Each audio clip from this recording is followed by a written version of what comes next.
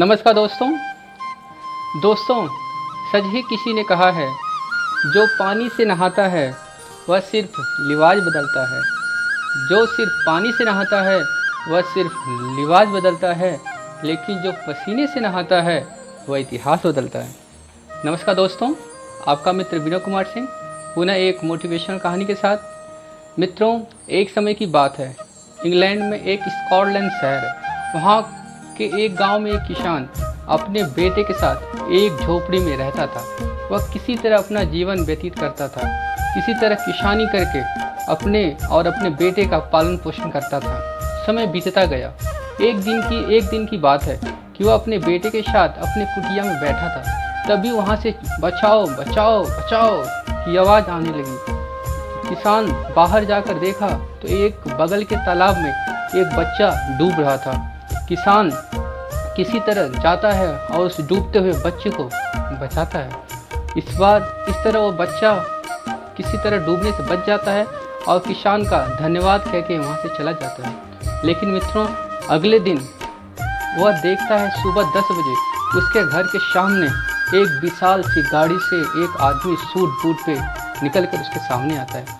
वह बहुत विनम्रता से उस गरीब व्यक्ति को अपना धन्यवाद अर्पित करता है और कहता है, महाशय बताइए मैं आपकी क्या सहायता करूं। तो किसान जो कि गरीब था और खुद सेल्फ रिस्पेक्ट उसके अंदर थी, उसने कहा, महोदय मुझे कुछ नहीं चाहिए, मुझे ईश्वर ने जो दिया है उस पर्याप्त है। मेरी गुजर बसर अच्छी तरह से हो जाती है, मुझे किसी चीज़ की ज़रूरत नहीं है। उस व्यक्ति ने बार बार उस किसान से कहा, लेकिन उस किसान ने कुछ भी लेने से इनकार कर दिया। लेकिन तभी यह वार्तालाप सुन के झोपड़ी में सो रहा उसका बच्चा जाग गया और फटे कपड़े में उस व्यक्ति के सामने आया। यह देखकर वह व्यक्ति बहुत परेशान हुआ। उसने किसान से कहा, अच्छा ठीक है महोदय, आपको कुछ नहीं चाहिए, लेकिन मैं आपसे एक निवेदन कर रहा हूँ, आप अपने बेटे को मुझे दे दीजिए। जिस तरह से मैं अपने बेटे को शिक्षा दीक्षा दूंगा, उसी तरह इस छोटे बच्चे को भी शिक्षा दीक्षा दूंगा। किसान इस बात को सुन के बहुत सोच में डूब गया। अंतोगत्वा उसने निर्णय लिया कि कहीं न कहीं बच्चे के भविष्य का सवाल है, अतः वह बच्चा उस व्यक्ति को दे देता है। मित्रों, समय बीतता गया। धीरे धीरे 15 साल वह समय भी आ गया जब वह वृद्ध व्यक्ति गुजर गया। लेकिन मित्रों, वह बालक जो उस वृद्ध व्यक्ति ने उस व्यक्ति को दिया था, उसने अपने क्षेत्र में उन्नति कर गया। अंत में उस बालक ने पेनिसिलिन की खोज की। आपको पता है, महान अलेक्जेंडर फ्लेमिंग के नाम से वह विश्व में प्रसिद्ध हुआ और पेनिसिलिन नामक दवा से विश्व को पूरा परिचय करवाया। लेकिन मित्रों, जो बालक डूब रहा था वह बालक भी कम नहीं था। वह भी कोशिश करता गया और जीवन में आगे बढ़ता गया। लेकिन एक दिन वह पूरी तरह से घायल हो गया, उसके बचने की कोई संभावना नहीं थी। तो अलेक्जेंडर फ्लेमिंग ने अपने पेनिसिलिन दवा से ही उस युवक को ठीक किया। और मित्रों, पता है वह युवक कौन था? वह ब्रिटेन के 2 बार प्रधानमंत्री रह चुके विंस्टन चर्चिल थे। विंस्टन चर्चिल और अलेक्जेंडर फ्लेमिंग से पूरा विश्व परिचित है। अतः मित्रों, हमें इस कहानी से यह शिक्षा मिलती है कि आप अच्छाई करते रहो। आप यह न सोचो कि हमें अच्छाई के बदले में क्या मिल रही है। आप अच्छाई करो। यकीन मानिए मित्रों, ईश्वर किसी के साथ कभी नाइंसाफ़ी नहीं की है। अगर आपने रत्ती भर भी किसी के साथ अच्छाई की है तो किसी न किसी रूप में आपके सामने अवश्य आएगी।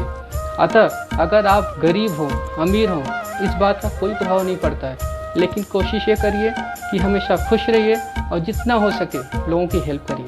धन्यवाद मित्रों।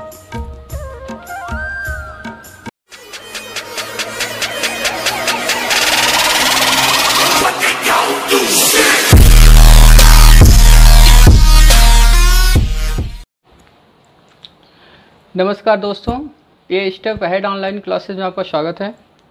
जैसा विदित है, 1 मई से लेकर 30 मई तक हमारा डेमो क्लास है। यद्यपि मित्रों, इस डेमो क्लास में मैं 4 से 5 मिनट का एक मोटिवेशन वीडियो डालता हूं, लेकिन आने वाले समय में 1 जून से मैं स्पेशल आर.ओ. समीक्षा अधिकारी का एक स्पेशल बैच चलाऊँगा। वो बैच लगभग 1 जून से लेकर 15 जून तक चलेगा।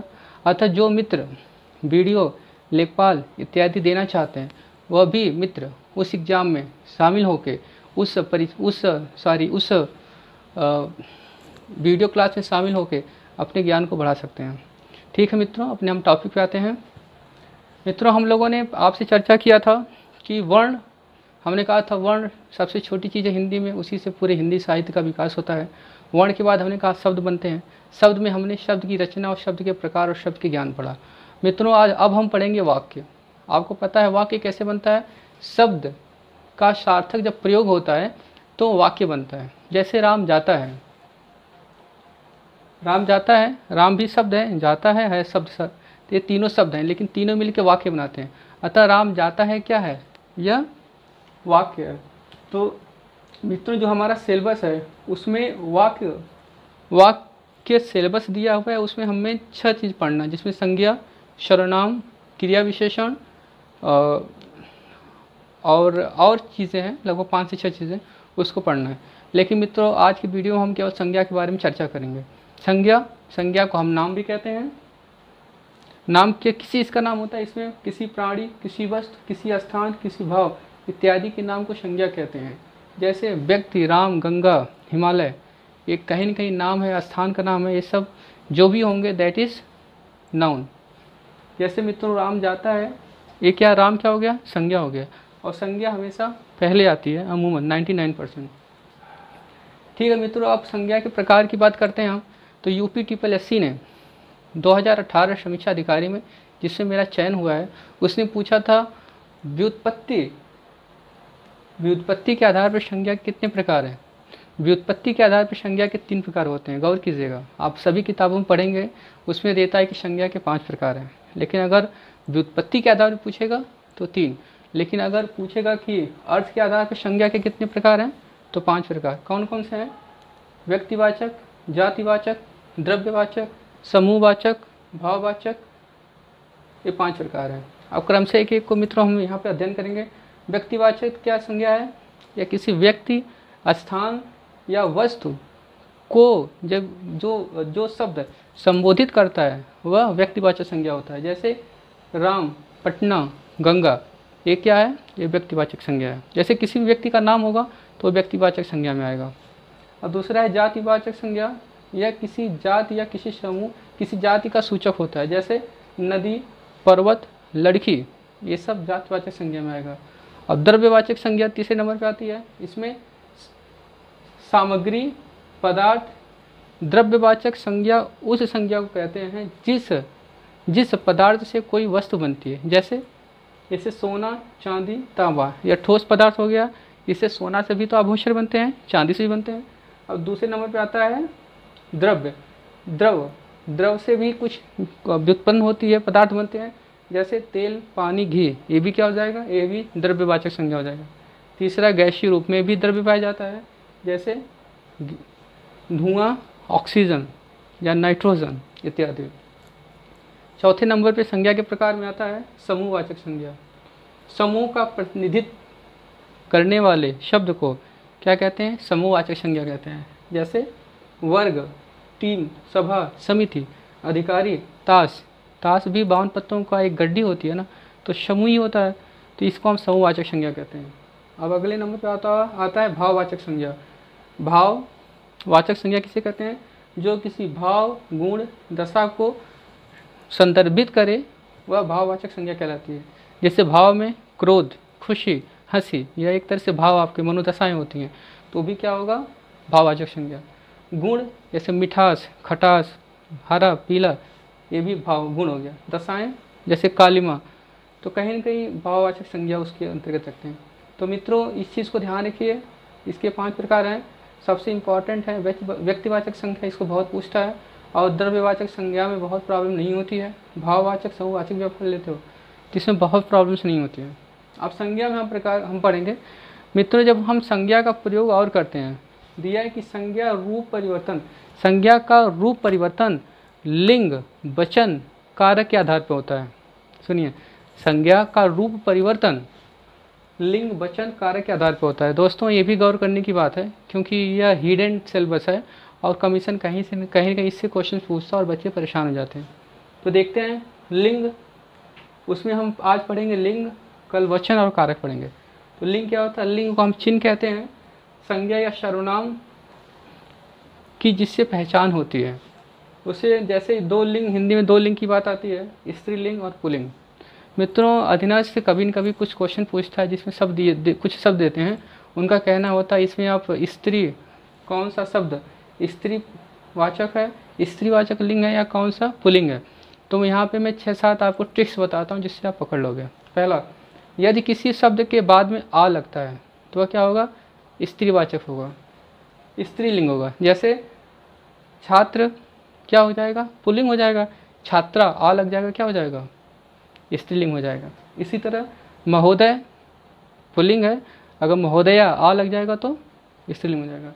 इसी तरह अगर किसी शब्द के अंत में आनी लग जाएगा या ईया लग जाएगा तो क्या हो जाएगा?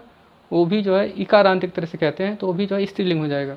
जैसे आनी में, जैसे इंद्र का इंद्राणी हो जाएगा, रुद्र का रुद्राणी हो जाएगा। इसी तरह अगर किसी शब्द के अंत में इका लगेगा तो वो भी स्त्रीलिंग होगा। जैसे गायक गायिका, गायक गायिका, नायक नायिका। इसी तरह किसी शब्द के अंत में यदि इनी लगता है तो वो भी स्त्रीवाचक कहलाता है। जैसे यच का यक्षिणी, योग का योगिनी। मित्रों, सब मिला के कहने का तात्पर्य है कि UPSSC के हिंदी का सिलेबस बहुत ही इजी है, यकीन मानिए। बस उसको दिमाग में बैठाने की ज़रूरत है और एक एक शब्द टॉपिक को गौर से पढ़ने की ज़रूरत है। और टॉपिक में जो भी चीज़ दी है उसका 1 से 2 पेज में नोट्स बनाने की ज़रूरत है। तो क्वेश्चन बहुत डेप्थ तो नहीं पूछता, हाँ, लेकिन अगर टॉपिक को आपने छोड़ दिया है और उससे क्वेश्चंस आ जाते हैं तो आपके गलत होते हैं। अतः मित्रों, कल हम लोग जो है कारक और वचन के बारे में चर्चा करेंगे। Thank you.